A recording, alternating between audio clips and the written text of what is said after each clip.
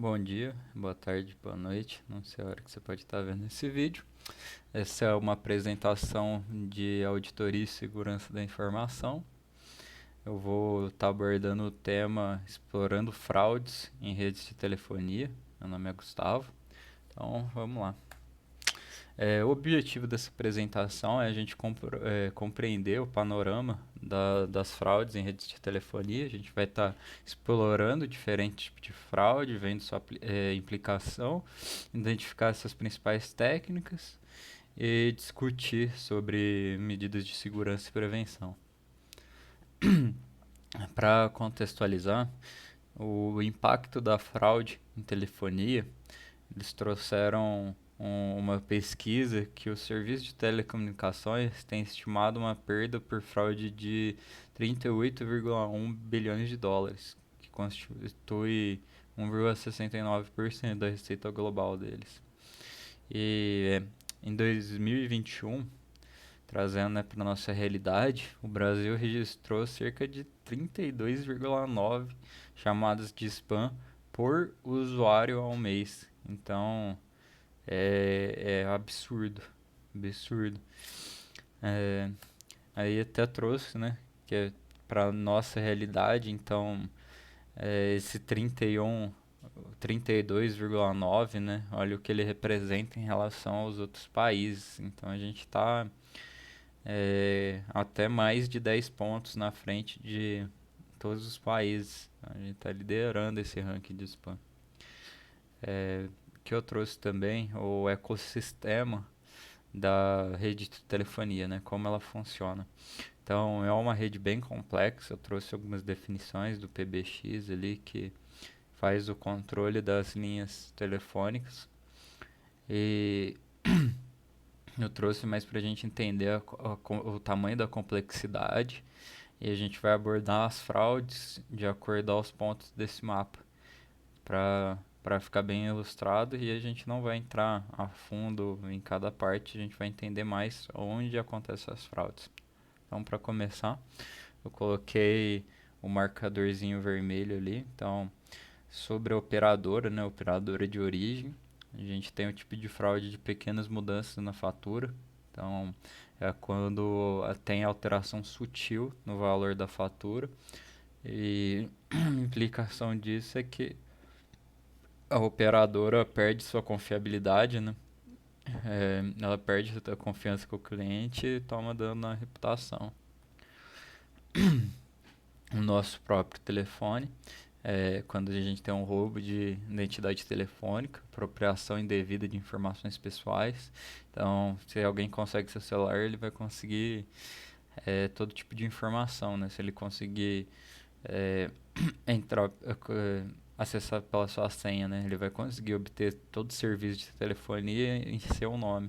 Então, toda conta que você tenha autentificador de duas etapas, por exemplo, ele já consegue estar acessando e assim vai. E tem outro caso de realizar ligação e realizar ligações absurdas que saem caro pra caramba, tipo ligar pro exterior, enfim, essas coisas.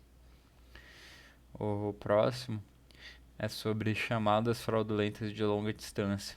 É algo que, pelo menos eu nunca tinha ouvido falar, mas parece que é um prejuízo recorrente das empresas de telefonia, que é a realização de chamadas internacionais ou de longa distância sem o pagamento ou autorização.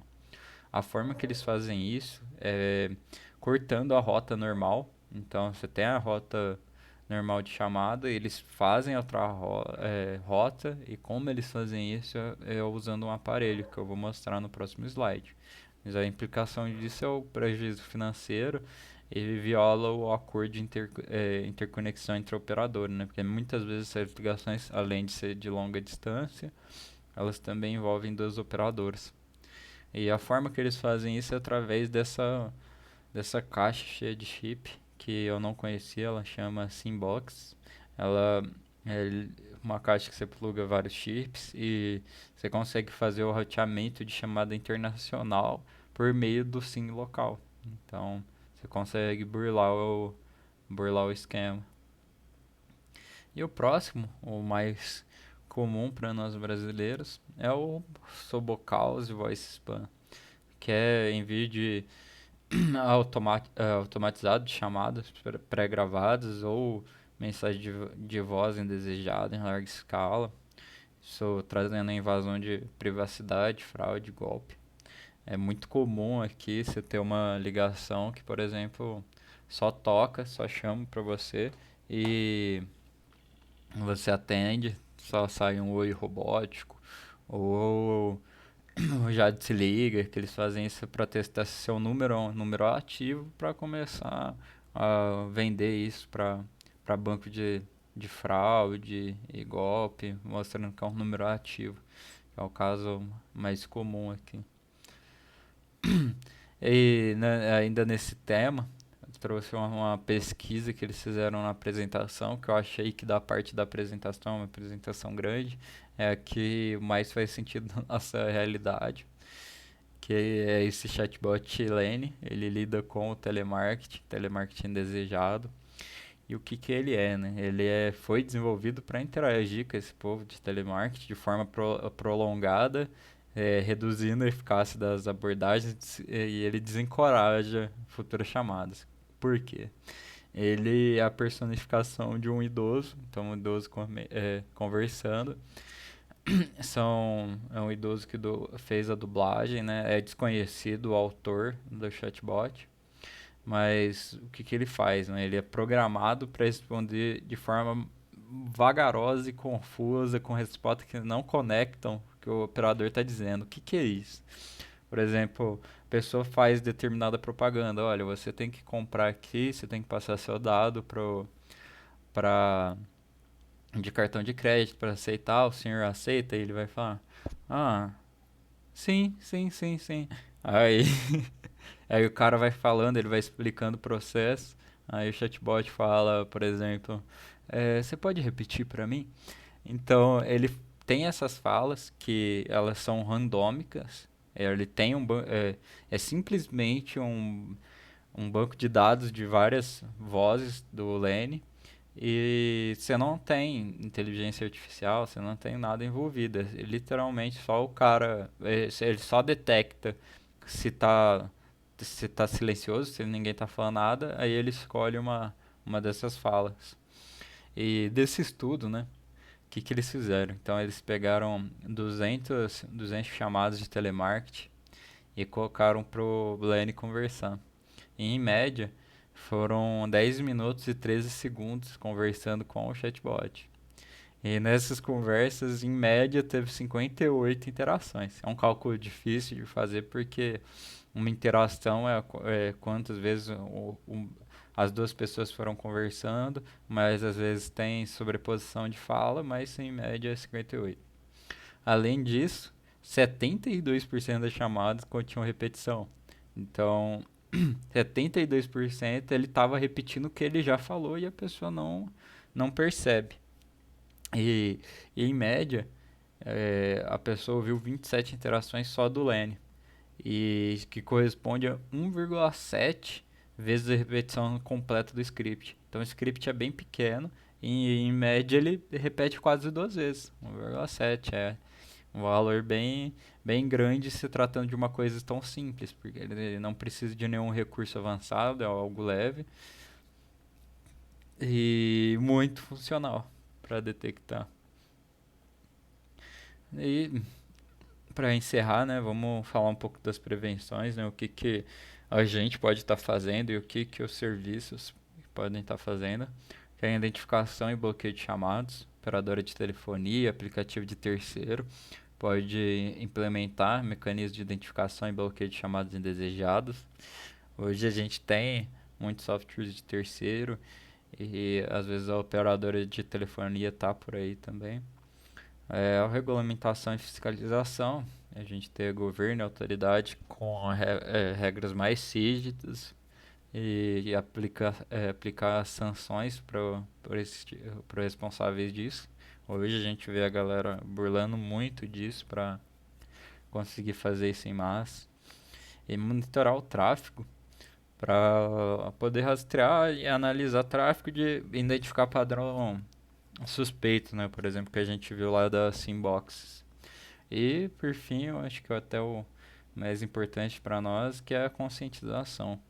Já é um tipo de fraude que acaba pegando mais os idosos, mas a gente tem que sempre ficar esperto também para nunca estar compartilhando informação pessoal ou financeira pelo telefone, que pode ser muito prejudicial. E para a gente pegar esse panorama geral, né, a gente falou de alguma das frases, mas eles conseguiram levantar, né, todo o mapeamento de fraudes. Então a gente tem ali as causas raiz, as fraquezas, as técnicas, os esquemas de fraude, os benefícios que eles conseguem tirar da fraude. Então é uma área muito grande para a gente abordar nos 10 minutos. E é mais entender o overview, explorar cada tipo de fraude mesmo. Então, para concluir, a conclusão que eu tiro, que também foi a dos apresentadores, que ainda vai ser um problema importante. E ele tem muitas vulnerabilidades que são difíceis de corrigir, protocolo e regulamentação. E tem uma coisa que é o avanço de uma nova tecnologia sempre vai trazer novas vulnerabilidades. Não tem como fugir disso, né? E sempre vai desafio de prevenir suas fraudes também. E o recado é que os fraudadores são inteligentes e possuem fortes incentivos financeiros. Então, se estão fazendo isso é porque tem demanda. E combater a fraude custa caro, né? Por exemplo, às vezes o custo de combater essa fraude não vale o que você está perdendo por fraude. Então, às vezes não é colocado tanto dinheiro nisso. Todas as referências que eu usei na apresentação estão linkadas por aqui. Caso tiver mais interesse, pode acessar qualquer um dos links. Inclusive as pesquisas que eles fizeram, os docs, estão aqui. E obrigado. É isso.